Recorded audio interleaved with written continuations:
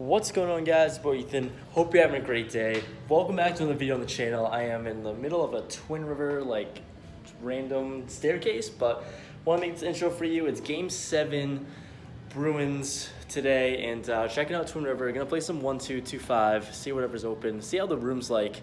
I'm not really sure how busy the room's gonna be with the Game 7 of Stanley Cup on today, but gonna be a big day, see how things go, run things up. So I'll keep you guys posted on how things go. And let's get into some hands because I think my name's getting called.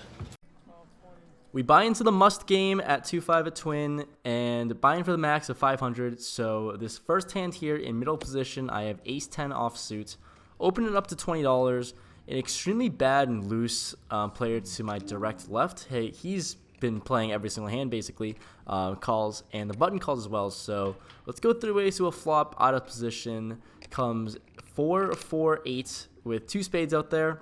Don't really block anything, but super dry, enough for me to c-bet $40. Player on my left calls, and the button folds. Turn is another 4, so really good card for me. Thinking if he's drawing to something, I think any sort of continuation bet on this turn card here will definitely fold him out immediately, and I take it down with ace high. So I bet $75. He's pretty short and thinks for maybe 2 seconds before jamming all in, 180 total. And not a whole lot for me to do here. I snap fold basically, and kind of bad. I think it was not the best play to bet 75 on that turn. I could have shut down, but once again, like I said, I thought any spades draw definitely shuts the hell down when there's 3 4s out there. So who knows? He had me, and he takes it down there. The next hand I get involved in, I have ace deuce of diamond in the hijack with about 500 in front of me still. 3 limpers to me.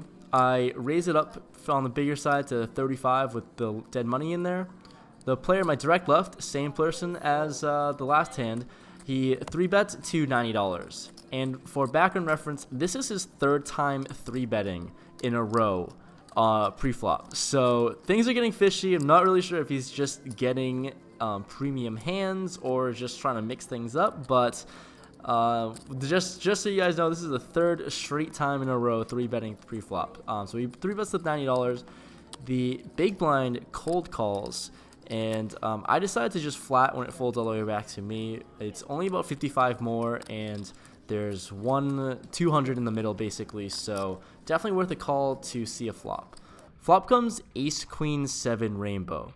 Big blind checks. I check as well. Obviously, there's no way I'm going to lead out in this spot, but pretty good to flop top pair. Obviously, no kicker whatsoever, so banking on anyone else not having an ace. And the player to my left checks as well. So action checks around, and I feel a whole lot better about my ace in this hand. Turns the 5 of diamonds, complete brick.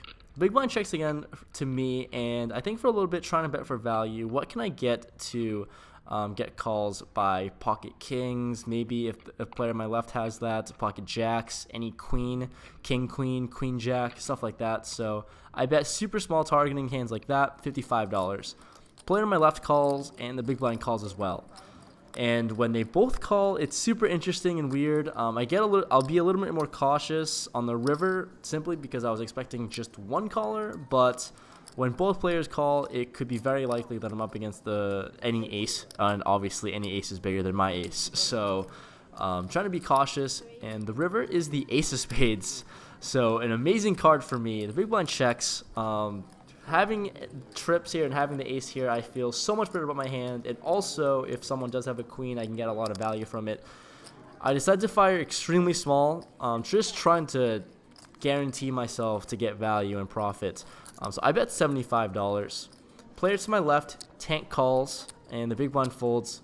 I show, we take it down, and he shows and flips over his pocket kings. So I think I played it well. Maybe I could have gotten a little bit more value, but I mean, he tank called that $75 there. So I'm happy with my bet, happy with his call, and happy with the sizing.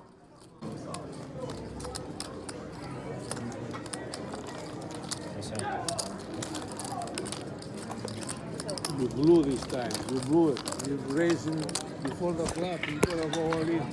Next spot we get ourselves in, I have ace-4 of hearts, under the gun +1 with a decent stack of 850 in front. The undergun player to my right limps. I decided to raise things up to $25.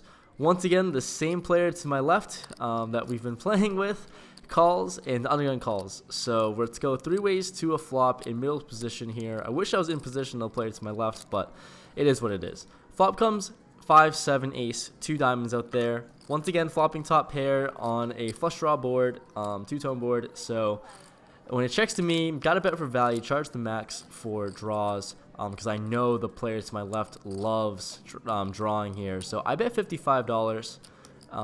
The player to my left calls and undergun folds, so we find ourselves in another heads up spot against this particular player.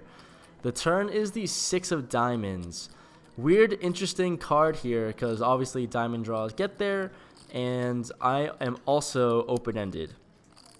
Going back to a piece of advice that I did get before, flushes are hard to make, and I'm open-ended, and so for those reasons, I decided to make another bet on this turn here, somehow thinking I could still be good. Even the diamonds get there, and I still think against this particular player I can get calls from worse. Not sure what cards are worse to call, but against him, you never know. So top pair, I bet again 125, and he loves the chase. He loves to just draw for bigger hands here. So he thinks for a little bit and makes the call as well. So when he calls this 125, I'm going to shut down on almost any river, even if it's an 8 or a 3 offsuit, obviously. I'm probably going to have to shut down here. The river is the 2 of clubs, so an absolute blank. I check, and he thinks for a long time, and he only has about 175 in his stack, so I'm thinking I'm going to have to call this off, whatever he decides to do. End of the day, he checks, thank God. I show my hand, and I somehow take it down, and I'm good. Ace 4 is good in this board, so, I don't know. I really don't love my bet on the turn, but I think against any other opponent, I play that differently, obviously. I played a whole lot more cautiously, but against a player of this type who's playing every hand, loves drawing, and basically kind of a fish, yeah, I'm going to have to bet for value and assume my pair of aces is good here. Next stop, 8 in the cutoff. The player to my right opens up to $15. I think about 3 betting for a good period of time here. Really contemplated on it, but I decided to just flat in position. Wanted to see a flop with pair of 8s and evaluate the flop and go from there. The big blind, the button calls and the blinds call as well. So we're going 5 ways to a flop of 8, 3, 5, all spades.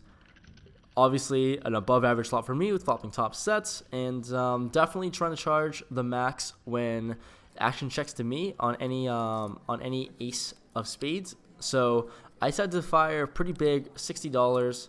I think the ace of spades could call this a lot of the time, but I'm really okay with taking it down on a monotone board, and everyone folds. So take it down there, and didn't have to see any turns or rivers. This very last hand, I have pocket queens in the hijack, about $1,000 in my stack, and we're playing 7-handed at this point in the must-move table. There's 2 limpers to me, and I fire a raise of $35, and I really don't think I raised it too big or big enough because the small blind, big blind, and one of the limpers call. Not really trying to go 4 ways to a flop with queens, but trying to see a good flop, and the flop comes ace, 7, 4, 2 spades out there. Not my board, but action checks all the way around to me, and I think there's a certain percentage of the time where I'm good here. There's sometimes very slim that no one is holding an ace, so I fire really small, keeping everyone's range intact of $50. And, well, I did keep everyone's range in there because everyone makes the call, so gonna shut down on basically any runouts. Because obviously there's just no way a pair of queens is good here. The turn is the 10 of clubs. Once again, action checks all the way around to me. Card doesn't really change a whole lot, and my queens are still a pair of queens, so I check again. And the river is the king of diamonds. Once again, checks it all the way around to me, and obviously not one of those cards that I like seeing, so I check. Small blind ends up showing pocket kings or a river set and takes it down. So kings is definitely good there on that board. I guess I'm okay with only losing the bare minimum there. I didn't lose the bare minimum. I could have lost only 35, but still, it's the minimum. Only losing basically 100 here, $85. So I'll take it down. I'll definitely take that all day, every day if I'm gonna run queens into kings and him playing it like that. So we lose that one, but weird hand and weird situation there. Just walking out of twin now. Super quick session, fishy section. I think I played the ace-4 hand horrendously. I think I played my queen's hand horrendously. Could have saved $50 on the flop. No need to bet on the flop, going 5 ways to an ace-high flop. That was really stupid of me, but my hair is retarded. But Bruins about to start, actually right now. So puck's dropping. Gotta get home, watch the game, celebrate with the boys. Game 7, go Bruins. But overall, I think super fishy session. Didn't play great, so got the hell out of there. Only played for 2 hours. I was in for 700, out for 905, so pretty good hourly, I think. I'm slowly trying to claw my way out of that minus 250 hourly rate at 2.5, so it's getting there. But anyways, guys, hopefully you enjoyed the video. Leave a like if you enjoyed for the super quick session. Hopefully you enjoyed the hands, and yeah, I'll see you guys in the next video. Go Bruins.